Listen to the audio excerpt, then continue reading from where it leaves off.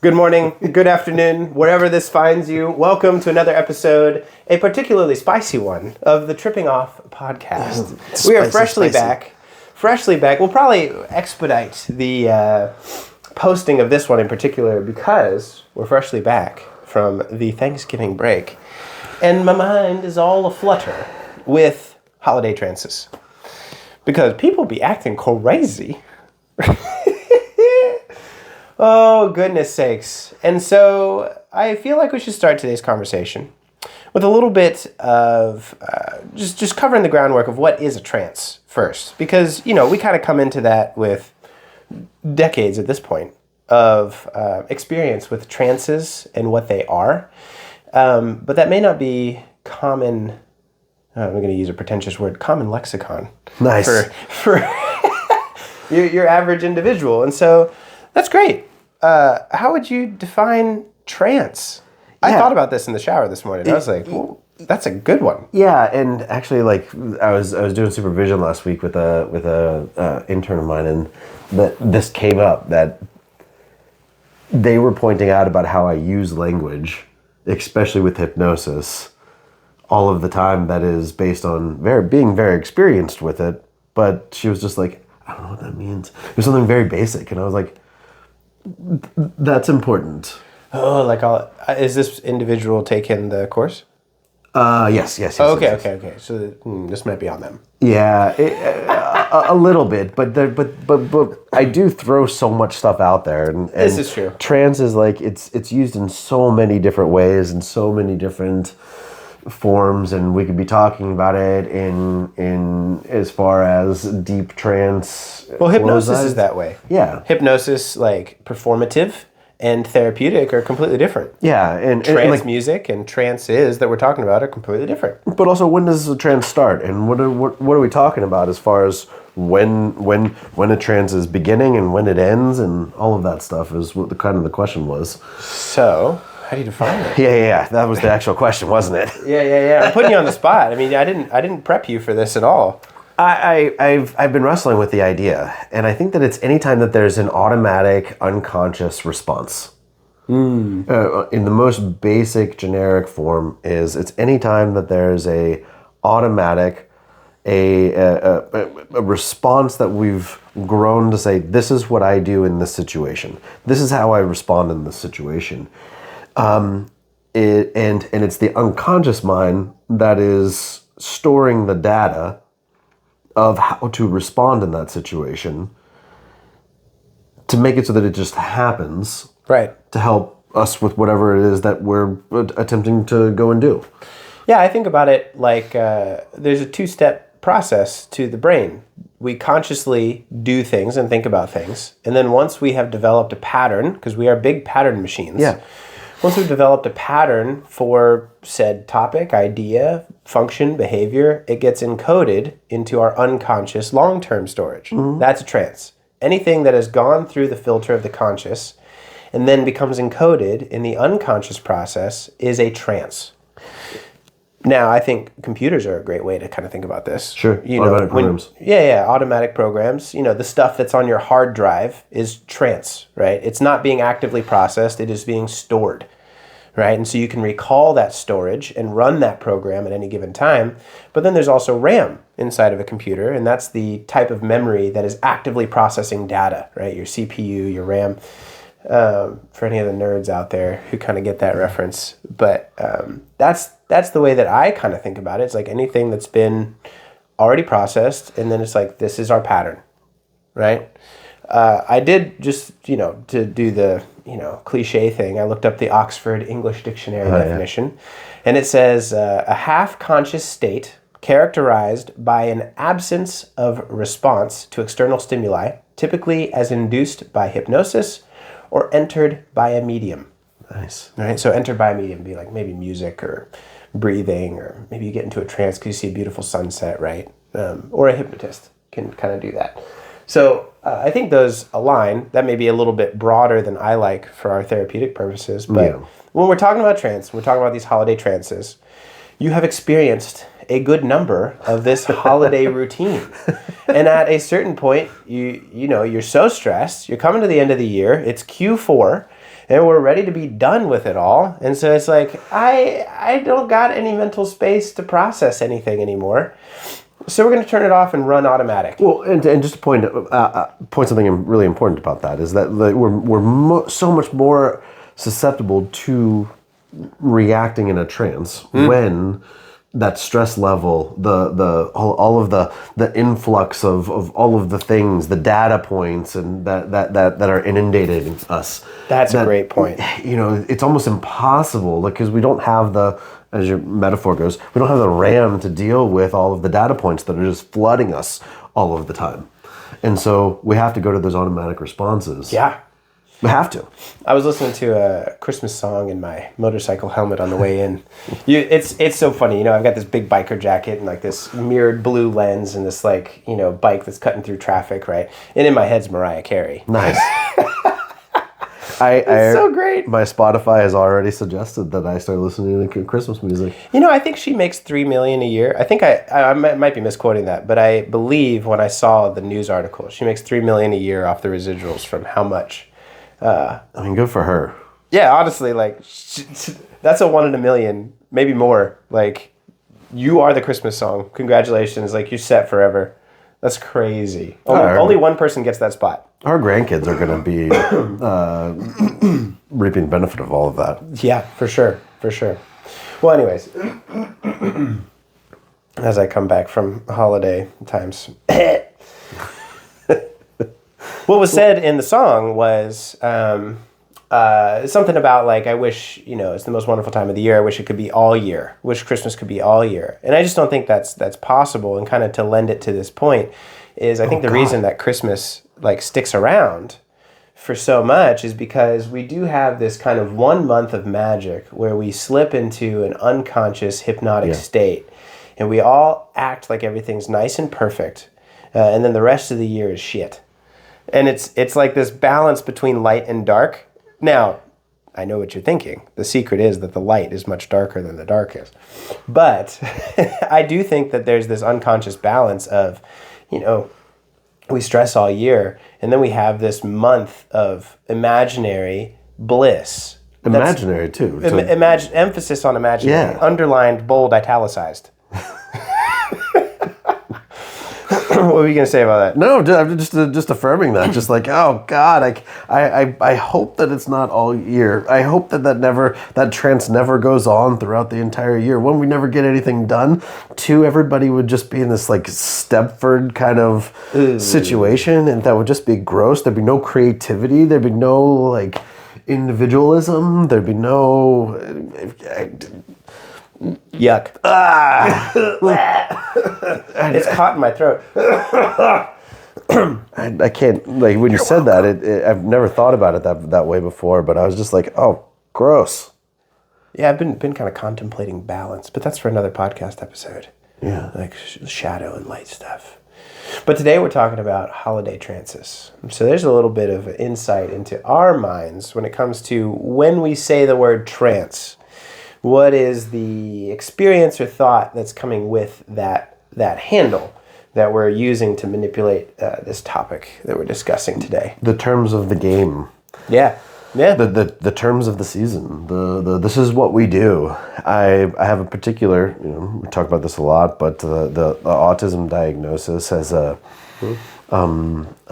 gives me a particular perspective on the situation, and always has.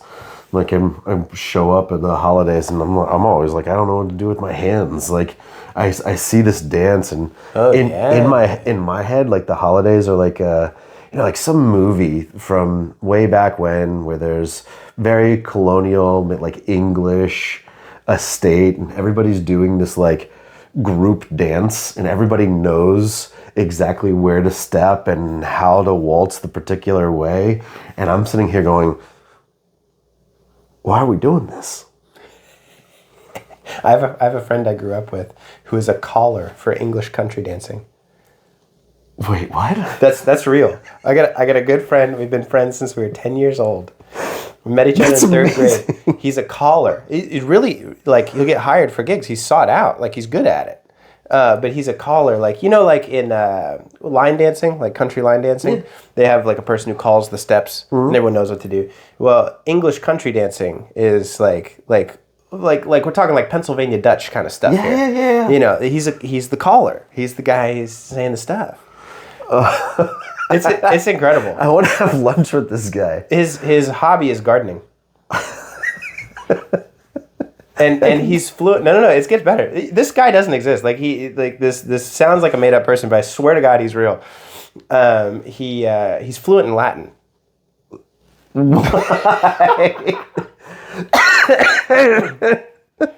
It's amazing. It's That's amazing. So awesome. I love that. You can't get him on the phone though. He doesn't respond to any of his text messages, as you could imagine. I believe you.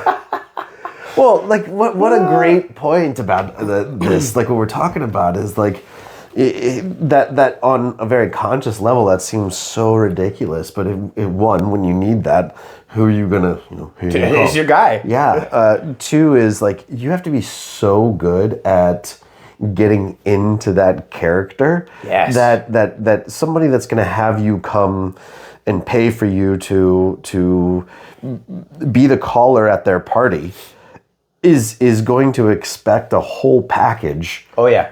Of the plaid shirt, the overalls, the hat, the whole thing. Yeah. Yep. Mm-hmm. Yeah, like a whole experience that you're setting up for something. And maybe he is an experience. Maybe I do need to talk to him. Maybe that's what we do at my birthday party. We'll invite him over. Yeah. Hey, if you're listening, shout out to you. I'm sure he's not. He's not on the internet.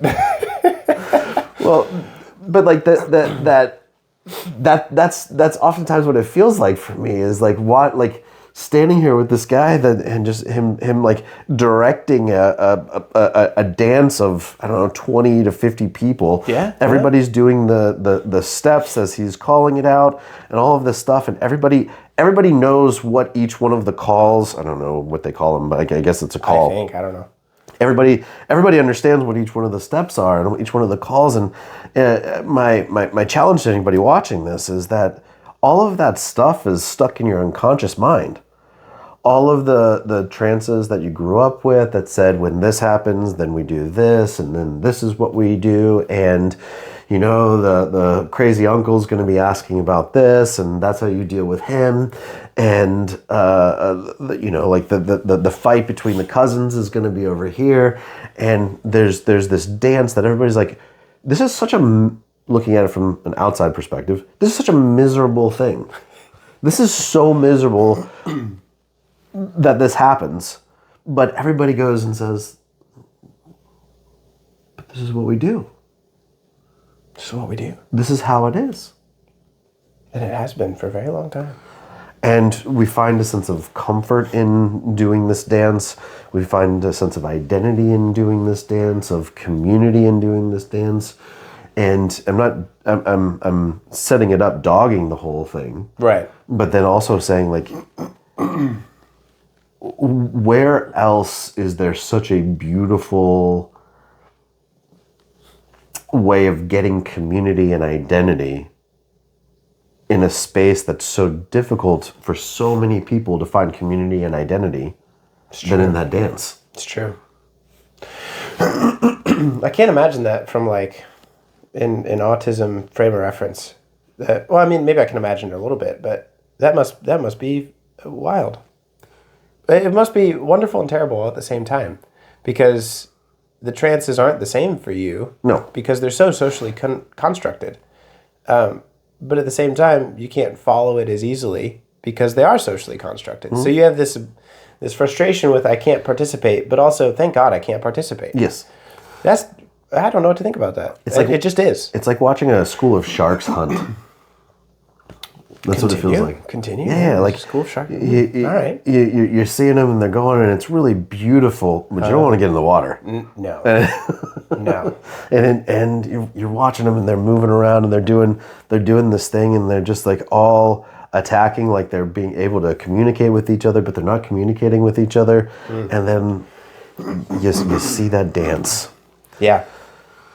So with my ADHD brain, the experience is different because my ability to participate in the dance is probably heightened because, but only at the sake of my own integrity and identity. Maybe not integrity, but at the sake of my own individuality and identity. What do you mean for the sake? Well, my brain moves so quickly that it can often struggle to finish a thought and finish a sequence of that trance. So I can jump from each person's trance very quickly, and I can participate with this person, I can participate with this person, I can fight with the cousins, I can talk to the crazy uncle, I can, commiserate with the mom who's stressed. But because there is so much stimulus, I can lose myself. Yeah. So I have to be very careful. And so I took my motorcycle out, I got it washed, right? I took some pictures and did some things that were just for me that were very solitary. And that's very important for me because since there's so much relational stimulation, which for my ADHD brain is the most entrancing, like the loudest, really. I have to be very particular about making sure I don't lose myself in that because I can start to act crazy. And I have acted crazy. Not really crazy. I mean, my sense of crazy is I get really depressed. Sure. Right? Because I don't know who I am anymore. And I feel like I am everybody else. And everybody else is really sad. Especially compared to the identity that when you're right. Like in your right mind. Yeah, so I think everyone else was really sad to come back to work on, Monday because they had 5 days off. And I'm like, thank God. I know who I am here. I have built this trance for myself, based on myself. So this has actually been great to come back in today. I bet a lot of people can empathize with that. Yeah, well, I think yours too. I think they're two sides of a similar spectrum. Well, the same spectrum, but two sides of the same coin. Well, yeah. I mean, the first point there is the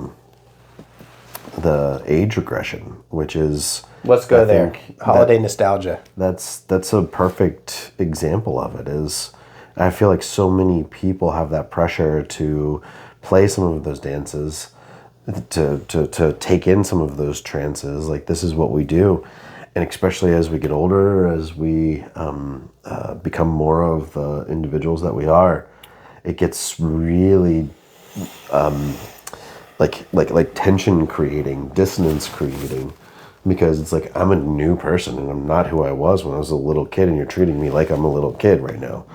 And right. I have my own opinions, I have my own ideas, I have my own thoughts, and you're trying to boil it down to treating me like I'm the 12-year-old that you once knew. Yeah, or worse, you've changed. Yeah. Not only do I have new opinions and thoughts, but the thoughts and opinions that I used to have may be fundamentally different now. Yeah. Because I'm more educated, I've grown, I've had life experience.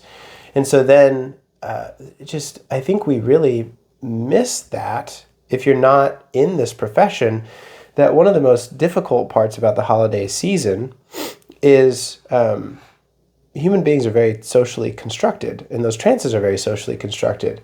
And so when you powerful, yeah. Extremely powerful. And so when you have 6, 7, 10 people in a room who expect you to be one thing and you're not, it is very hard to maintain authenticity of identity in that environment. And so a lot of people get very confused, very stressed during that time because that is validating. That's hard. Yeah, yeah. Because we're not the same. And we may be even diametrically different from what we used to be. And then you throw trauma in there. Yeah. That's the one of the things that... Oh my gosh, I see that. Yeah. And you go into the holidays, especially Christmas, and there's trauma that, we're working through, or an individual, especially with, just leave it at trauma. Yeah, I watched it. I'm giggling because I watched it unfold with my family, my in-laws in particular. Yeah. Some individuals have grown and right. reconciled with and moved past the trauma. Others are still hotly in the denial phase of the trauma. That didn't happen. It wasn't like that. That was your fault. Yeah. No, it wasn't. And I've grown from this. I've been to therapy. And then thinking about it from the perspective of there's 6 people that are sitting here calling you to buy into this trance that you're just like, no, that was a pre-individuation trance, and I can't accept that about my identity, or I don't want to accept that about my identity, or like I can't do that because that's validating to the trauma reaction. Yeah. That I'm not about that anymore. No. Which I think leads well into the next trance that was on our list, of holiday perfectionism. Oof. And I don't know if this idea is fully fleshed out for me, but there is this need for things to be perfect. What do you think that's about? I mean, idealism, and the first thing that comes to my tell me more. The first thing that comes to my head is wiggle this mouse. Jung's quote: "All addiction is detrimental to the human psyche, whether it be, I can't forget which drugs he uses, but it's cocaine, amphetamines, alcohol, or idealism." And that's great. And when you said that, it's just like hit me. That's good. Yeah, like of course it's detrimental to the human psyche. Idealism, and that's what the perfectionism is. It's like, I have this idea about how Christmas needs to be. I have this idea about how this interaction needs to be. And I mean, how many times have anybody watching this, just take a second to think about it. How many conversations do you have before going into an interaction with your family that are pre-conversations that you're working out in your head, talking to that person that might be really wonderful or really negative to your psyche, and you're going over it and over it and over it and over it, and then you finally get that one script that you're like, all right, when that person says this, then this is what I'm going to say. This is it. And how many times does it go that way? Like never? Never. Yeah. I think that's the perfectionism. It needs to be this way. Christmas is ruined if you mess up the green bean casserole. Oh my gosh, every Hallmark movie, Christmas is ruined, and then the rest of the movie. Christmas is ruined because we didn't get the right lights up. I think I watched my first Hallmark movie this season. Oh, I don't think in my life I've watched. They're fantastic. I'm bought in. I love it. It's like, well, and to the point, holiday perfectionism. It's like, and trance, like, those movies are so dumb that I can really turn my brain off completely and just be like, this is great. This is great. It felt to me like mindlessly scrolling on TikTok, but long form. Well, that's what it is. That's exactly what it is. They're all some sort of script. That is a trance. Yep. And we like to get lost in that, like, because this is how it's supposed to be. It's perfect. Like everything. Oh, but it's not perfect. And there's a little hint of that about how it's not going to be perfect. But then in the end, it's perfect. Thanks, Hallmark.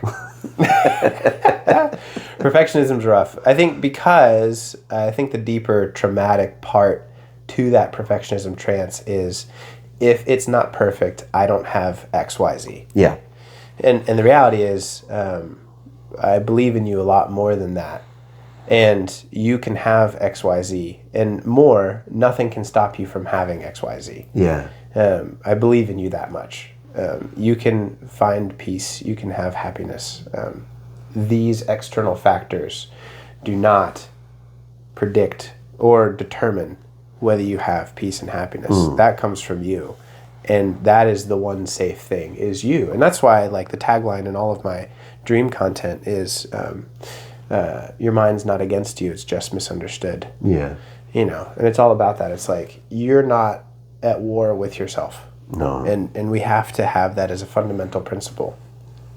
But it makes sense though, because we jump into that, because it's me that's not playing the role that I should be playing, so therefore I must be bad. Which is the trance. Say that again. It's me that's, I don't know if I can. No, you got it. You got it. It's me that's not playing the role that I'm supposed to be playing, so therefore I must be bad. There must be something wrong with me.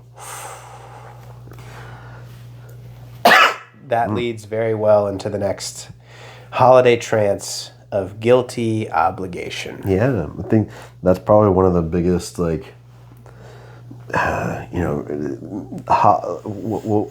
what did you call it? Holiday obligations? Guilty obligations. That's like the pole that the pirate's pushing the person down the plank with.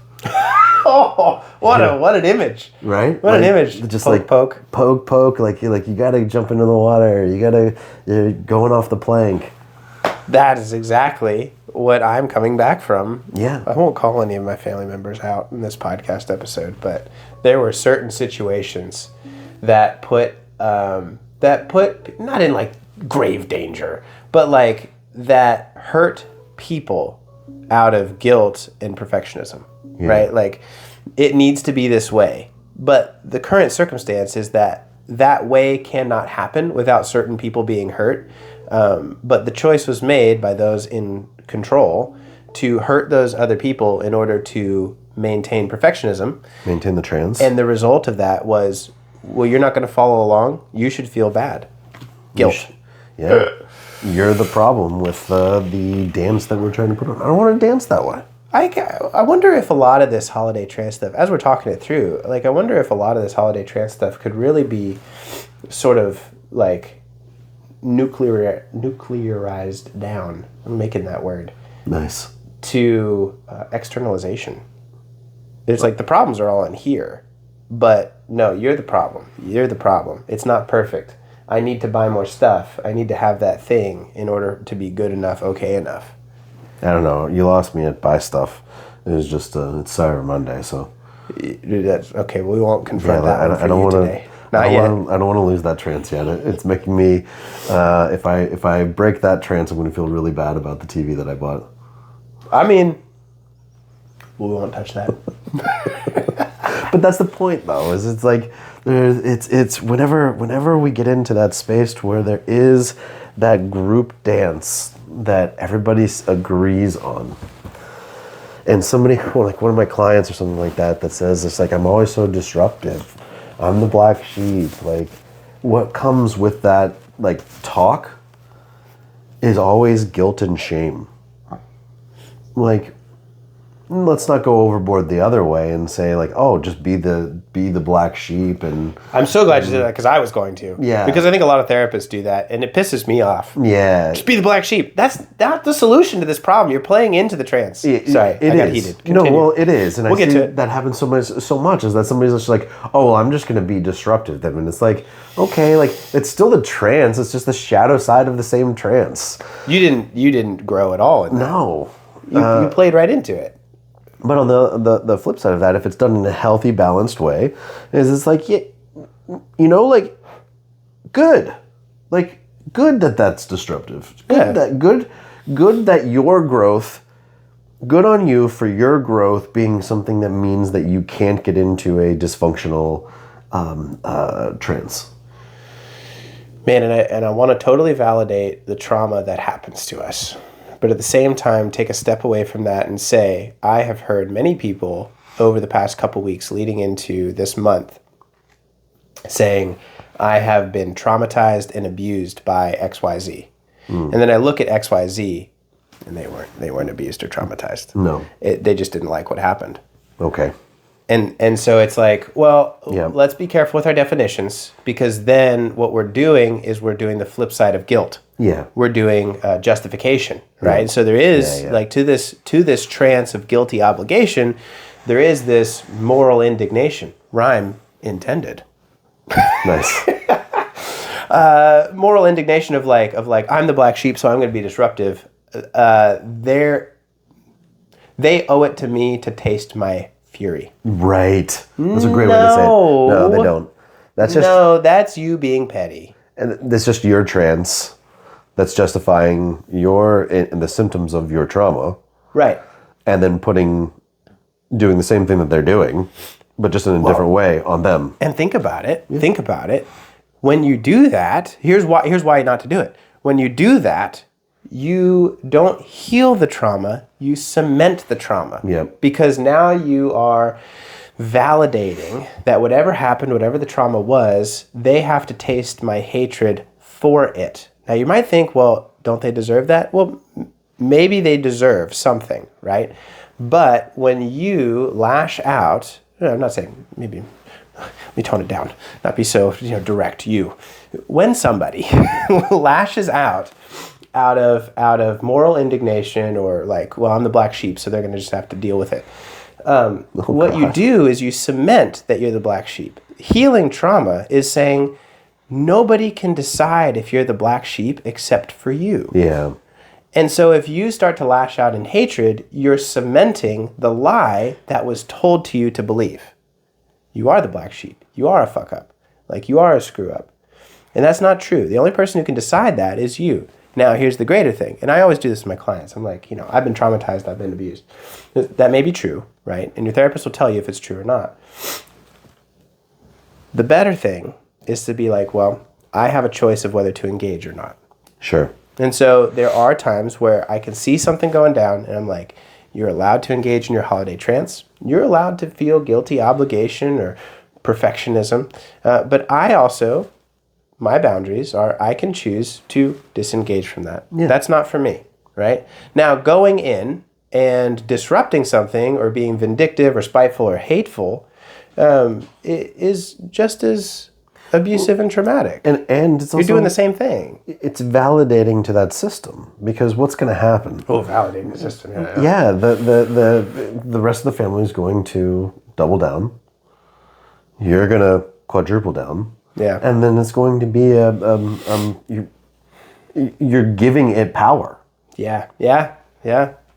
Well, so maybe speaking to all the therapists in the audience, be careful of that, because I see younger therapists making that mistake. It can feel really good to be on your client's team, and you do want to be on their team, but not just a yes man or a yes woman. Like, you want to be a good advisor, right? A wise counsel of like, okay, I can see that you're angry, and you have every right to be angry. What was done is terrible. But the right response is not to respond back with hatred. It's be like, I'm not going to engage in that anymore. Now, there are times we have to fight back, right? When we're being hurt. I'm not talking about that, right? We have to push back, But it's like, if they're going to have that family dinner and they're going to invite that person, then I'm not going to go. Yeah. That's disrespectful to me in my story. Yeah. And they're allowed to invite whoever they want because they're their own human beings, right? But I also have the right to not go, because that's not right for me, and I'm not going to engage in that trance. And it's the engagement when you try and change their behavior by saying, you shouldn't do this, trance. Mm-hmm. This is disrespectful to me, trance. Mm-hmm. A real, insert parent, friend, whatever, institution wouldn't have done this. Mm-hmm. Trance, and then you're validating those trances. The patch, one of the patches that I have on my backpack comes to my mind. It's like it's a little duck with a knife in his mouth, and there it is. It's sometimes like not real violence. It's metaphoric, but this is how our podcast gets canceled. Yeah, right. Yeah. it's metaphor. It's a don't be a duck with a knife in its mouth. Don't take that too literally. But the caption for it is peace was never an option. I love that. And I like that because a lot of people, they just automatically assume that what I'm saying there is to choose violence. But it's not. It doesn't need to be. Peace was never an option was because maybe somebody else decided that violence was what's going to happen. I get to decide, though, how I react to that and how I'm going to react to that conflict. I get to decide about that, and I'm finished. And I get to decide on the level of dissonance or conflict that I also bring to the table. A lot of times, I don't think that we pay attention to the fact that it's like, just because violence or peace is not an option doesn't mean that we need to fight it in the way that there you go. We always did. There you go. Another trance. Yes. Fight it in the way that we always did. Yeah, I've seen the same image of a duck with a knife in its mouth, and on the bottom it says "Become ungovernable." I like that one too, but I think it's a great metaphor, in an image to stick in your brain of a duck with a knife in its mouth. It's silly Because if you're gonna try and eat the duck, you might get poked. But if you leave the duck alone, they can have a knife in its mouth. That's fine. Don't try and eat it. Don't try and capture it. Don't try and strangle it. Right? It's like that's kind of it. The duck. I kind of want to fry it though. Listen, another one I won't touch right now. but it's not like it's a warrior duck who's got missiles strapped to its wings, gonna rain down fire and brimstone on your house. It's just like, you know what? I'm not gonna mess with that duck. It's not a Viking or a Spartan. No, it's a duck. It's a duck, and that's the beauty of that image. Yeah. Duck with a knife in its mouth. We need stickers. Because I think maybe the last one we'll touch on before we wrap up is I think what we're describing perhaps fits into another trance that I wrote down, which is the holiday hero, right?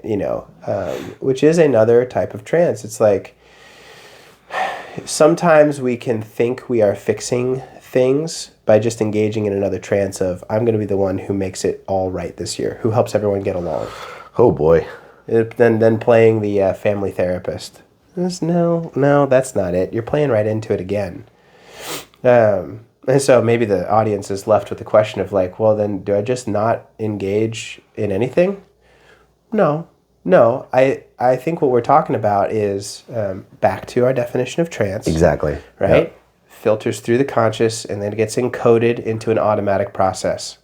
The correct response, the healthy response, is to bring that encoded data back into working thought, back in your conscious, and be like, what do I want my role to be here? Mm-hmm. What is a respectful to me, respectful to my identity, an authentic way for me to engage in this moment? That's really great. And that's the question that I hope that you leave this podcast with of what is a way that I can respond to this moment with my identity and integrity intact? That's really good. That's full circle right there. It's coming down to it is when we bring our trances to our conscious mind, it gives us power. Yeah. Mm-hmm. Yeah, it does. It does.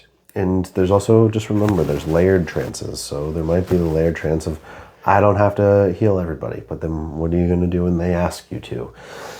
There's another trance underneath of that, and there's another trance after then. So being mindful of the trances when they pop up, and you find yourself behaving in a specific way that is not how you would respond for the rest of the year.